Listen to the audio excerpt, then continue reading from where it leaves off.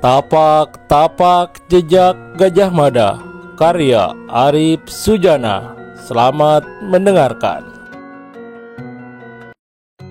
Namun Ki Sandikala menjawab ucapan Ki Jagaraga dengan suara yang lantang. Sepertinya berharap Ki Balap dan orang-orangnya mendengar. Aku memang baru beberapa hari tinggal di tanah Ujung Galuh ini, tapi aku merasa berkewajiban bahwa apapun yang terjadi di atas tanah ini akan menjadi urusanku pula. Meskipun tangan ini tidak pernah belajar bagaimana cara memegang senjata yang benar, tapi aku sudah dari kecil sudah dapat mengerti bagaimana menggunakan cangkulku, berkata Ki Sandikala sambil mengangkat tinggi-tinggi cangkulnya yang telah dipersiapkan sejak kemunculannya.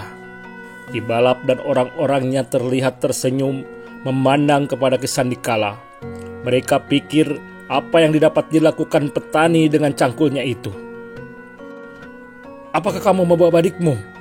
berbisik Ki Jagaraga kepada Andika sambil melepaskan sebuah badik yang terselip di pinggangnya.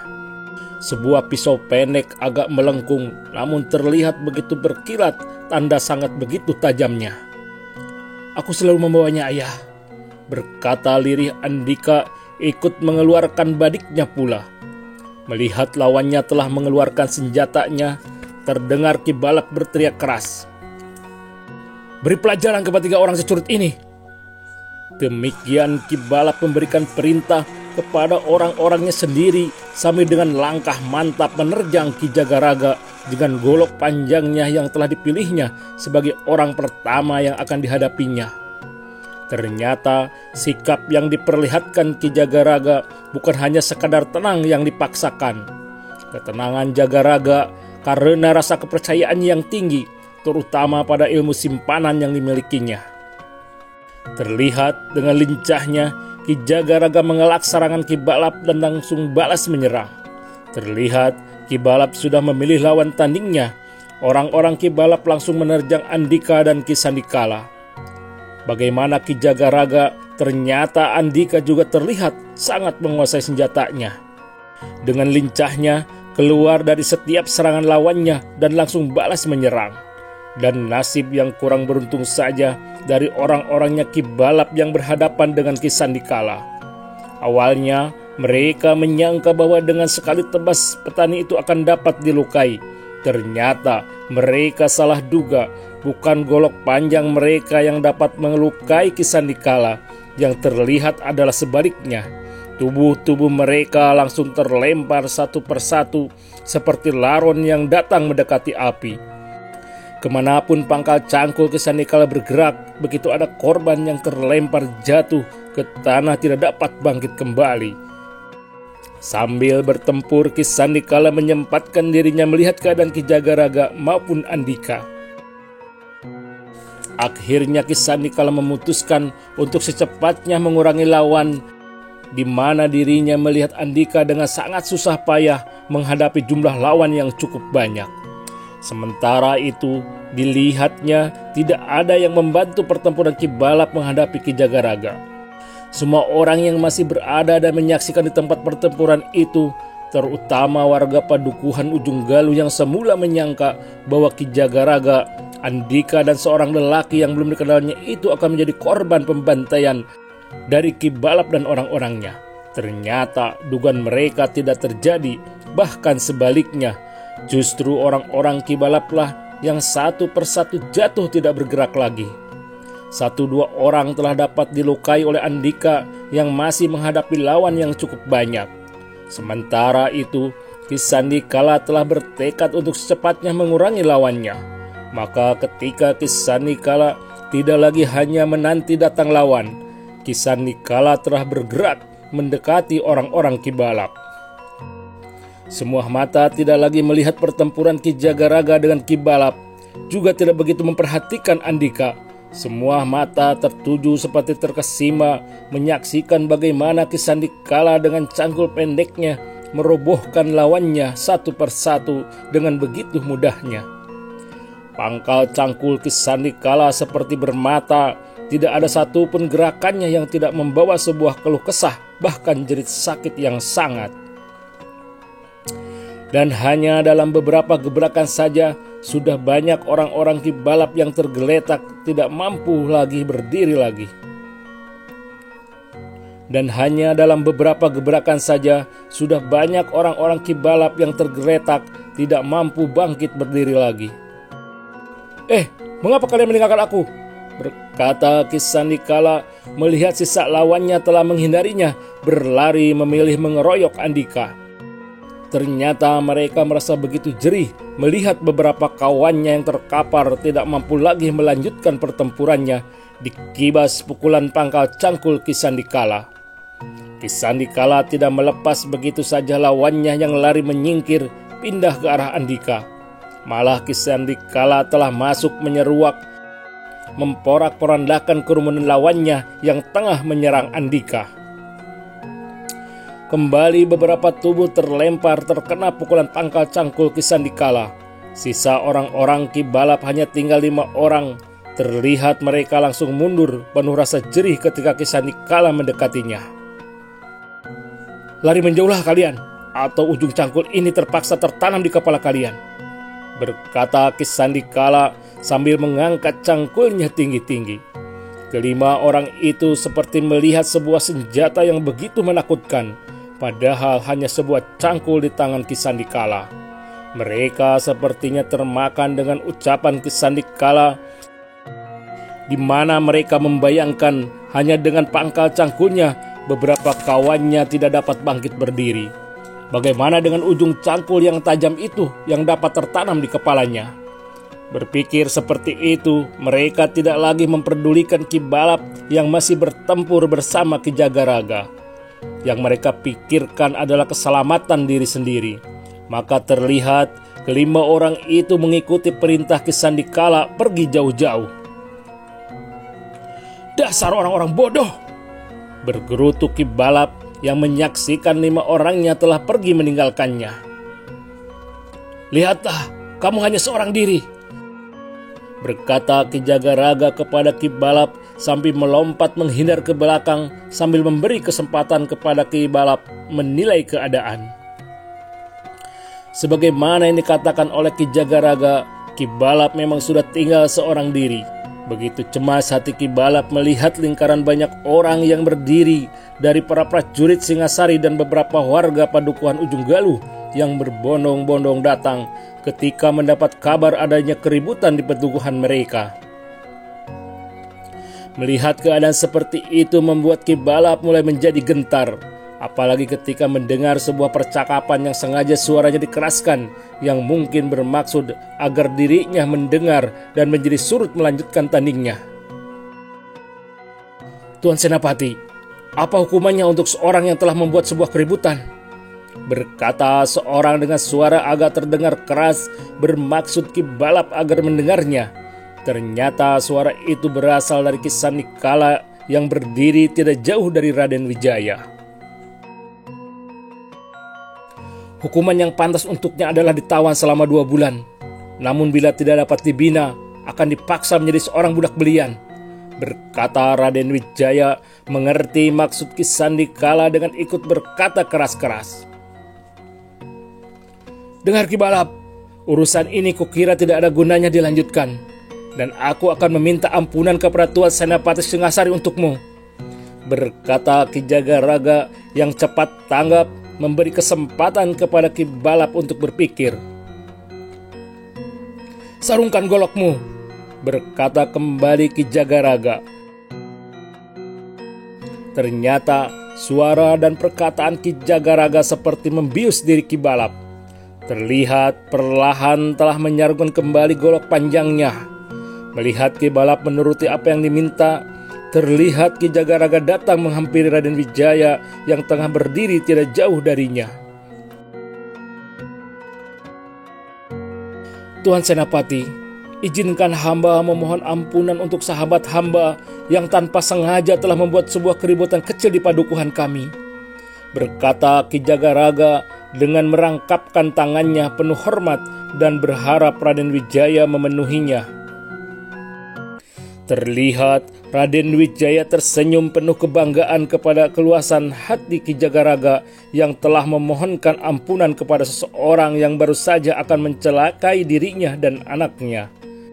Raden Wijaya memberi tanda kepada Ki Jagaraga untuk melangkah bersama mendekati Ki Balap yang masih berdiri mematung, tidak tahu apa yang harus dilakukannya. "Ki Balap," berkata Raden Wijaya kepada Ki Balap ketika berdiri berhadapan, "Aku seorang senapati yang berwenang membuat sebuah hukuman di tanah Ujung Galuh ini. Atas nama Ki Jagaraga telah memberikan ampunan untukmu," berkata Raden Wijaya dengan suara yang penuh wibawa. "Aku tidak akan memaafkanmu untuk yang kedua kalinya bila di suatu hari kamu kembali berbuat keonaran," berkata kembali Raden Wijaya. "Terima kasih, hamba berjanji," berkata Ki Balap seperti seorang yang telah terlepas dari sebuah jepitan yang menghimpit dadanya. "Bawalah orang-orangmu kembali ke padukuhanmu," berkata Raden Wijaya kepada Ki Balap. Terlihat Ki Jagaraga memanggil beberapa orang warga padukuhan Ujung Galuh membantu beberapa orang padukuhan Randu yang terluka cukup parah. Terlihat juga Ki Balap ikut membantu memapah orangnya sendiri. "Ternyata ada petani dengan cangkulnya yang mengamuk di padukuhan ini," berkata seseorang sambil menuntun seekor kudanya mendekati Raden Wijaya dan Ki Sandikala yang ternyata adalah Adipati Arya Wiraraja. Di belakangnya mengiringi Maesa Amping. "Apa hukumannya untuk seorang petani yang telah menyalahgunakan cangkulnya, menggunakannya untuk sebuah kekerasan?" berkata Maesa Amping sambil tersenyum. "Menjamunya dengan sebuah acara makan siang yang meriah," berkata Raden Wijaya yang ditanggapi tawa gelak panjang oleh Ki Sandikala, Maesa Amping dan Adipati Arya Wiraraja.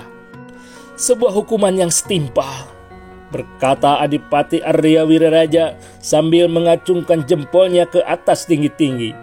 Siang itu Raden Wijaya tidak kembali ke tempat pembangunan benteng prajurit, tapi telah melangkah bersama Adipati Arya Wiraraja, Ki Sandikala, dan Maesa Amping kembali ke baraknya. Raden Wijaya seperti tidak sabar untuk mendengar berita apa yang akan didengarnya dari ketiga orang yang baru saja kembali dari perjalanan mereka ke kota Raja Kediri.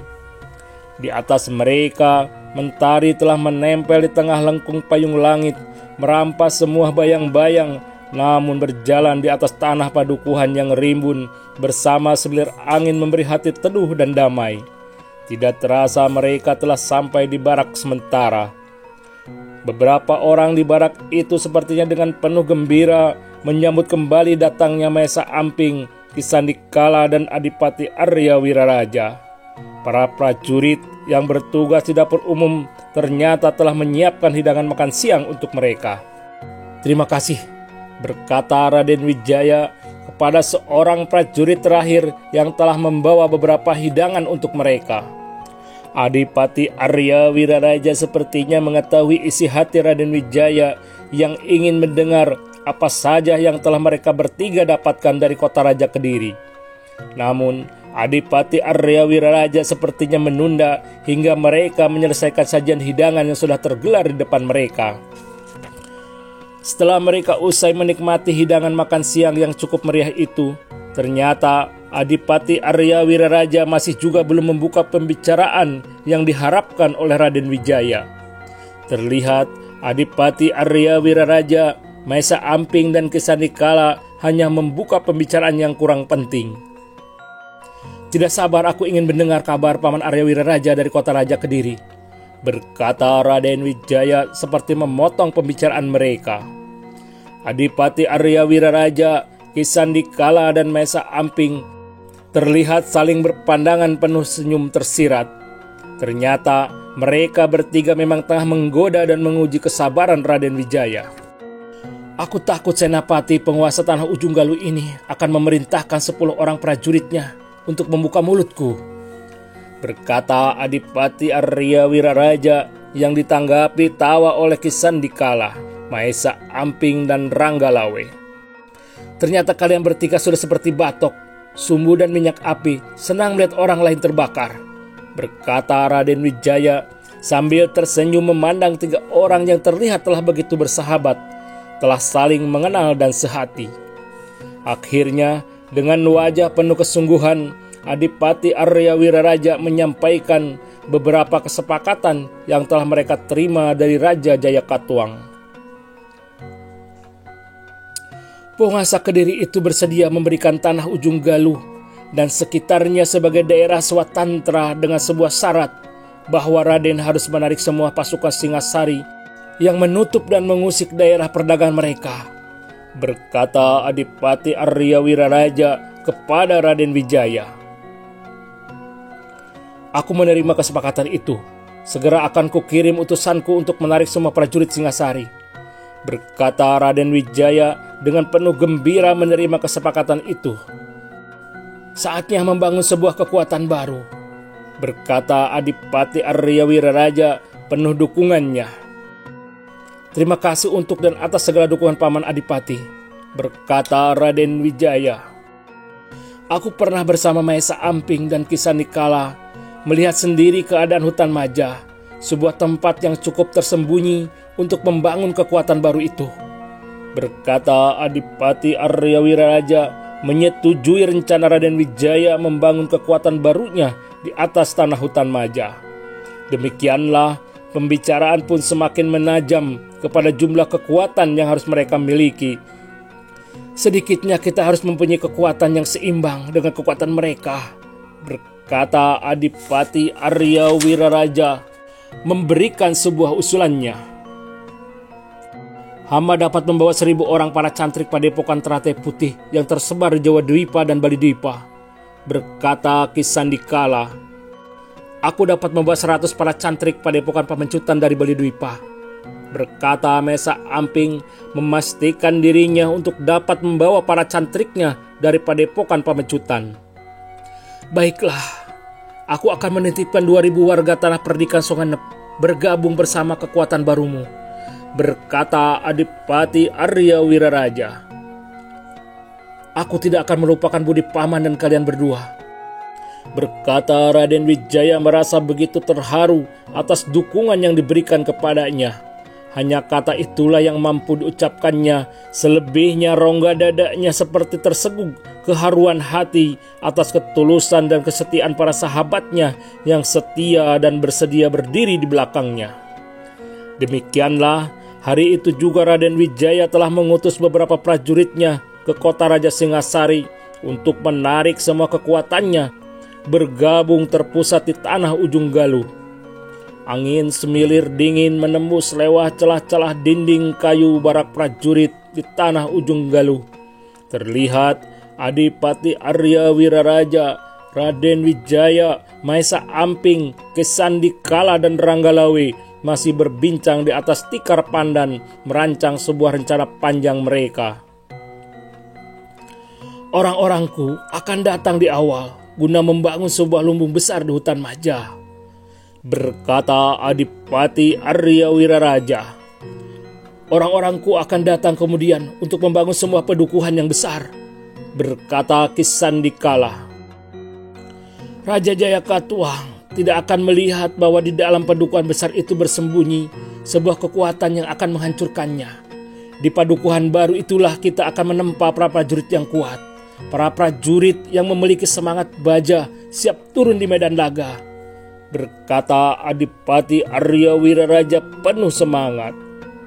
Semilir angin terasa semakin dingin. Ternyata senja sudah datang, menghimpit hari dan terus merayap menghampiri tepi jurang kelam malam. Bicara tentang sebuah rencana yang besar telah membuat diriku yang tua ini lupa atas kewajibanku sendiri sebagai seorang adipati. Besok aku akan kembali ke tanah Padepokan Songanep, berkata Adipati Arya Wiraraja menyampaikan maksudnya untuk kembali pulang ke tanah perdikannya setelah merasa cukup menyampaikan beberapa hal yang sangat berguna, bekal dan pegangan untuk Raden Wijaya. "Aku mengucapkan beribu panjatan rasa terima kasih yang tak terkira untuk semua nasihat Pamanda Adipati. Bila mana rencana besar ini telah menemui muara kemenangan gemilang, aku yang muda akan merasa suka dan rela berbagi kekuasaan bersama Pamanda Adipati," berkata Raden Wijaya penuh hormat dan rasa terima kasih kepada Adipati Arya Wiraraja. "Semoga umurku dapat bertahan melihat kemenanganmu, Raden.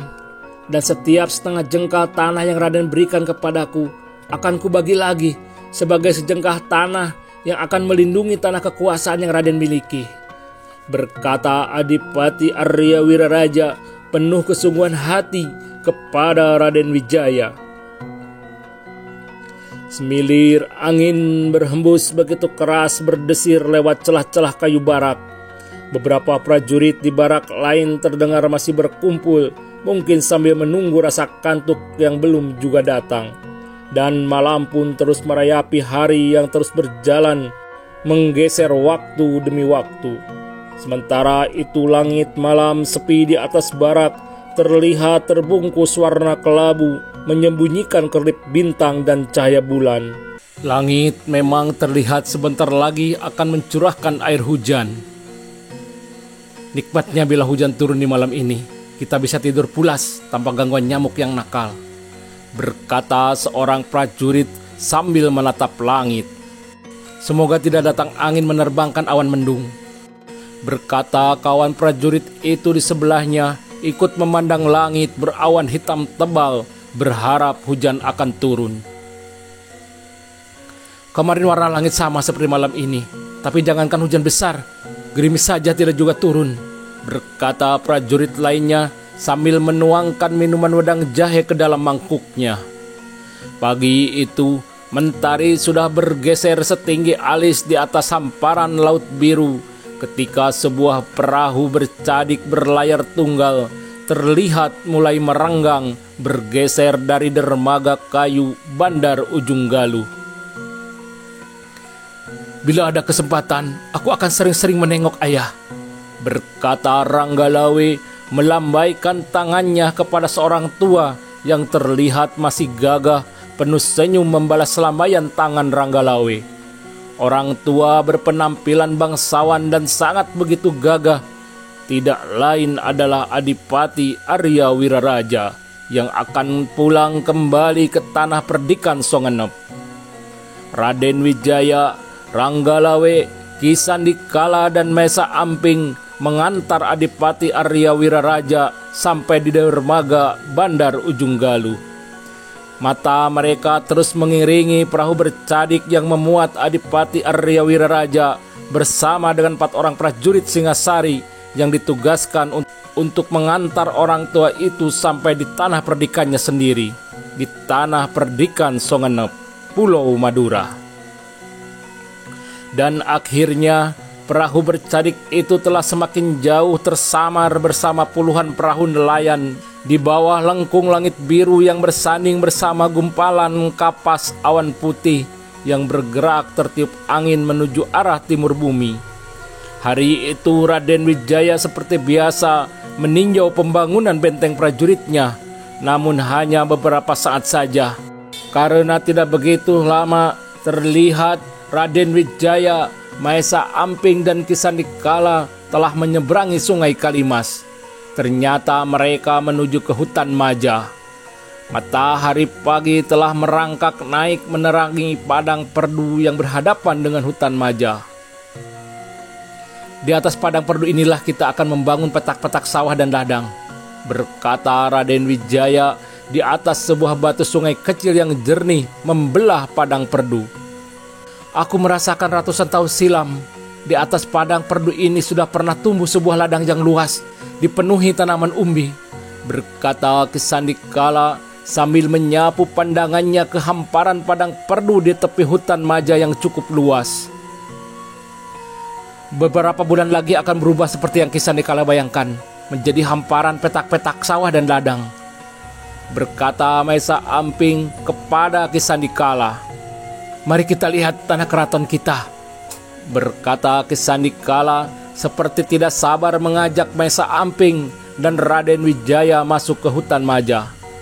Tangan-tangan cahaya matahari pagi sepertinya tertahan di bibir hutan Maja, melepas Ki Sandikala, Maesa Amping dan Raden Wijaya yang telah masuk ke dalam hutan maja yang gelap, dirimbuni daun dan dahan pohon hutan yang rapat seperti pagar berlapis dipenuhi tanaman rimba. Lumut dan perdu yang menjalar membelit batang-batang pohon kayu yang besar dan kokoh berdiri tak terjamah. Disinilah kita akan mendirikan sebuah bangunan utama, singgasana Sang Siwa menjaga keseimbangan semesta buminya, berkata Ki Sandikala ketika mereka telah masuk lebih dalam lagi ke tengah hutan maja, berhenti di sebuah tanah datar dipenuhi semak perdu. Tanah datar ini sepertinya telah menunggu ratusan tahun silam dengan penuh kesabaran hati. Semoga kitalah orang pertama yang dinantikannya itu, berkata Ki Sandikala sambil memandang semak perdu. Ada tanah lapang bersemak perdu, berjumlah 8 mengelilingi tanah ini, berkata Mesa Amping sambil berkeliling matanya memandang tempat di sekitarnya. Cakranawasanga, berkata bersamaan Ki Sandikala dan Raden Wijaya. Bertiga mereka seperti tersentak mengagumi keberadaan yang aneh, seperti berdiri di atas sebuah hamparan 8 arah mata angin cakra, dan mereka seperti 3 sosok makhluk kerdil berdiri di atasnya. Hanya ada 3 buah pohon maja berjajar menaungi sebuah belumbang bermata air jernih, berkata Mesa Amping mendekati sebuah belumbang yang airnya begitu jernih. Sungai kecil yang kita temui di padang perdu berasal dari belumbang ini, berkata Raden Wijaya. Gusti Yang Maha Agung sepertinya telah mengaruniakan tanah ini untuk kita, berkata Ki Sandikala dengan wajah penuh rasa syukur. Kita sudah dapat gambaran yang jelas tentang tanah di hutan maja ini. Kuserahkan kepada Ki Sandikala untuk merancang bangunan di atasnya. Aku yakin di dalam benak pikiran Ki Sandikala semuanya sudah tergambar nyata, berkata Raden Wijaya kepada Ki Sandikala. Kuterima tugas mahakarya ini sebagai Sri Sanggramadan Jaya, memerintahkan Gunadarma membangun Candi Borobudur. Semoga persembahan bakti karya hamba ini tidak mengecewakan tuanku Raden Sanggrama Wijaya, berkata Ki Sandikala penuh rasa hormat. Matahari telah berada di puncak langit, cahayanya telah menembus tanah datar bersemak perdu itu. Raden Wijaya, Ki Sandikala dan Mesa Amping telah melangkah keluar dari hutan maja. Panas matahari menyengat tubuh mereka yang baru keluar dari hutan maja. Semilir angin berhembus lembut menyapu pucuk-pucuk daun perdu. Bunga liar warna-warni seperti tersenyum mengiringi langkah kaki mereka yang terlihat tengah menyusuri sungai kecil yang membelah padang perdu berjalan di atas batu-batu hitam yang berserak sepanjang sungai kecil berair jernih itu. Hutan maja telah semakin jauh dari punggung-punggung mereka, seperti gadis rindu yang menatap sayu berharap sang jejaka datang kembali berkunjung, merangkai kembali cinta kasih masa depan yang indah dalam canda dan damai, kebahagiaan yang abadi. Maaf telah membuat kamu menunggu lama, berkata Raden Wijaya kepada seorang prajurit yang memang telah menunggu mereka dengan rakitnya. Seorang prajurit tadi datang menyampaikan pesan bahwa ada tamu dari kota Raja Kediri menunggu tuanku, berkata prajurit muda itu kepada Raden Wijaya. Apakah kamu menanyakan apa keperluan tamu itu? Bertanya Raden Wijaya ketika mereka sudah berada di atas rakit. Maafkan hamba yang tidak menanyakannya, berkata prajurit itu merasa bersalah. Tugas kamu hanya menyeberangkan kami, bukan bertanya, berkata Raden Wijaya penuh senyum kepada prajurit itu sambil menepuk bahunya, membesarkan hatinya kembali. Ketika Raden Wijaya, Ki Sandikala dan Mesa Amping tiba di depan barak, terlihat beberapa orang berdiri menyambut kedatangan mereka. Mereka bertiga langsung bergabung, duduk di barak dengan hanya beralas tikar bersih yang begitu sederhana. Maaf bila penerimaan kami tidak sebagaimana mestinya. Inilah tempat kami yang sederhana, berkata Raden Wijaya memulai sambutannya kepada utusan Raja Kediri itu. Utusan Raja Kediri itu pun menyampaikan maksud kedatangannya untuk menyerahkan sebuah prasasti tanda pengancingan atas tanah Swatantra kepada Raden Wijaya.